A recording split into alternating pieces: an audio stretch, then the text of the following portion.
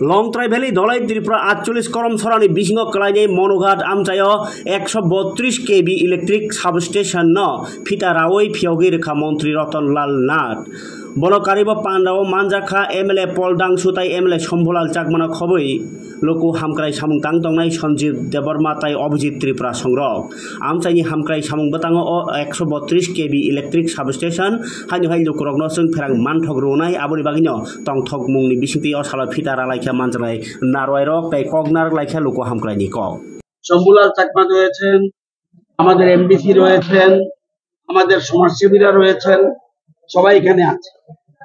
আমরা প্ল্যান করছি আজকে এখানে যেটা আমরা 132 কেবি মনু সাবস্টেশন করছি, এটার জন্য খরচ হয়েছে 44,98,00,000 টাকা এবং এই টাকাটা ভারত সরকারের এবং বিশ্ব ব্যাংকের টাকায় আমরা করছি। ভারত সরকার টাকা দিয়েছে প্লাস বিশ্ব ব্যাংকের, এবং কাজটা করেছে পাওয়ার গ্রিড কর্পোরেশন, যেটা পাওয়ার গ্রিডের কাজ। এটা তো এখানে শুধুমাত্র নিচে নয়, 132 সাথে উপরে দ্বিতীয় কন্ট্রোল রুম, এটা ম্যান হ্যান্ডলিং না, এটা পুরা মেশিনে সমস্ত কিছু নির্দেশন। এখন সব আধুনিক। একজন ডারউইনের নাম শুনেছেন আমরা, ডারউইন বিখ্যাত জীববিজ্ঞানী, উনি বলছে যে খুব বেশি শক্তিশালী, যে খুব শক্তিশালী সে বেঁচে থাকবে, এটার কোনো গ্যারান্টি নেই। খুব বুদ্ধিমান সে বেঁচে থাকবে, এটাও গ্যারান্টি নেই। তাহলে বেঁচে থাকবে কারা? বেঁচে থাকবে নতুন নতুন প্রযুক্তির সাথে যারা মিলে চলতে পারে, তারাই বেঁচে থাকবে। নতুন নতুন প্রযুক্তি, নতুন নতুন যা কিছু আছে।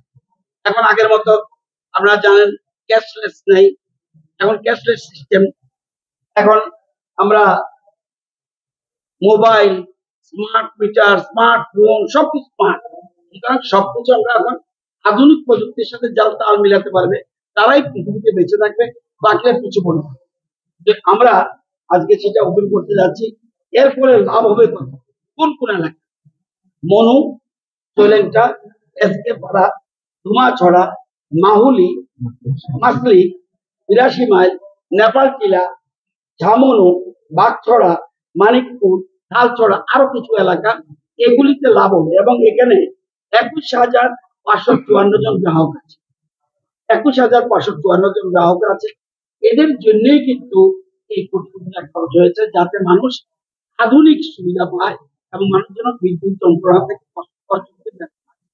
আমরা ধীরে ধীরে চেষ্টা করছি, আপনারা জানলে খুশি হবেন, 800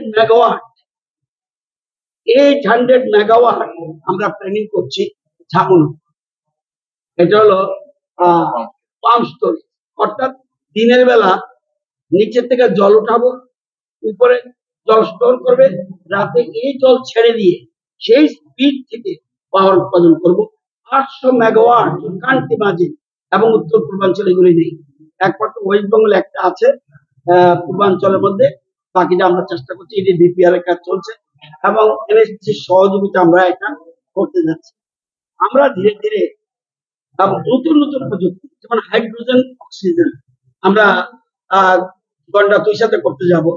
মানে জল আমরা নতুন করে যে আমাদের যে নতুন ভ্যালিগুলি আছে, আমাদের ত্রিপুরার ভ্যালিগুলি আছে, উপত্যকা, এগুলির মধ্যে বৃষ্টির জল আটকে দিয়ে ওখান থেকে আমরা হাইড্রোজেনকে আলাদা করব, অক্সিজেনকে আলাদা করবো। অক্সিজেন কাজটা চলে যাবে স্বাস্থ্য দপ্তরে, হেলথ পরিষেবায়, আর হাইড্রোজেন থেকে আমরা বিদ্যুৎ উৎপাদন, গ্রিন এনার্জি। আমরা যখন জাগতিক যেটা বলছি একটু আগে, গ্রিন এনার্জি সোলার থেকে আমাদের এই সময়ের মধ্যে 7 বছরে 29 মেগাওয়াট সোলার শুধুমাত্র বিদ্যুৎ মেগাওয়াট আমরা উৎপাদন করছি। আমরা ধীরে ধীরে চেষ্টা করছি 150 মেগাওয়াট বিদ্যুৎ উৎপাদন শুধু সোলার থেকে, এবং 50,000 পরিবারে যাতে পিএম সূর্যঘরের মাধ্যমে আমরা এটা করার চেষ্টা করছি। তো এখানে আসল কথা হলো আধুনিক প্রযুক্তি কাজে লাগিয়ে মানুষ যেন পরিষেবা পায়। বিদ্যুৎ আমি বলি না 100% আমরা সাকসেসফুল, মারাত্মক, এই জায়গা আমি বলবো, কিন্তু অনেক বেটার ফিল। আমি এসেই ডাকবালাতে জিজ্ঞেস করলাম, আগের থেকে কি একটু ভালো হয়েছে? আমাদের কয়েকজন বলে না, আগের থেকে বেটার হয়েছে। ভিড় যখন ছিল আমাদের বহু কষ্ট হয়েছে। আজকে আমরা ওই জায়গাতে আরো কিছু না, এখনো কিছু না, আমরা আন্ডারগ্রাউন্ড কেবলের কথা চিন্তা করছি, নতুন নতুন টেকনোলজি, ঝড় তুফান আসলে যাতে লাইফ লাইন মেনটেন্স, অর্থাৎ লাইন কেটে যেন মেনটেন্স না করতে হয়, চালু অবস্থা যেন মেনটেন্স, এর জন্য আমরা টেন্ডার হয়ে গেছে, এটা ওপেন হয়ে গেছে। এরকম ড্রোন প্রযুক্তি, যাতে যারা বিদ্যুৎ চুরি করে তারা যাতে চুরকে ধরা যায়, সেই জন্য ড্রোন প্রযুক্তি, এটাও টেন্ডার হয়ে গেছে।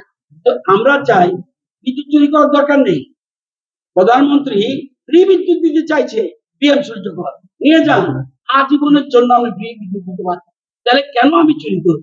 প্রধানমন্ত্রী এই যে চিন্তাধারা, এবং সেটা গ্রিন এনার্জি, আমি তো দরকার নেই রুকিয়া যাওয়ার জন্য, পালাডানা যাওয়ার দরকার নেই, রামচন্দ্র যাওয়ার দরকার নেই, আমার নিজের বাড়িতে, যেমন আমার বাড়িতে আমি তো কোথাও যাই না, আমার বাড়ির বিদ্যুৎ আমি উৎপাদন করছি।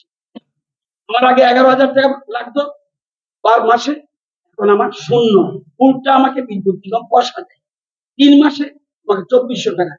কেন? আমার বিদ্যুৎ আমি উৎপাদন করব, আমি পালাডানা যাবো না।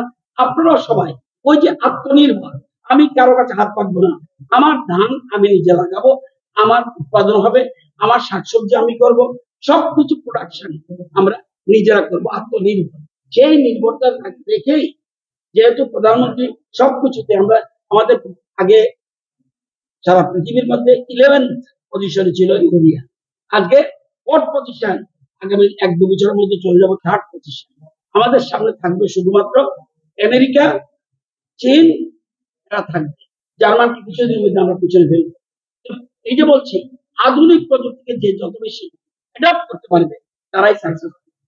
তো এই জন্য আজকে আপনারা এলাকার মানুষ, আপনারা সহযোগিতা করবেন যাতে বিদ্যুৎ অপচয় না হয়।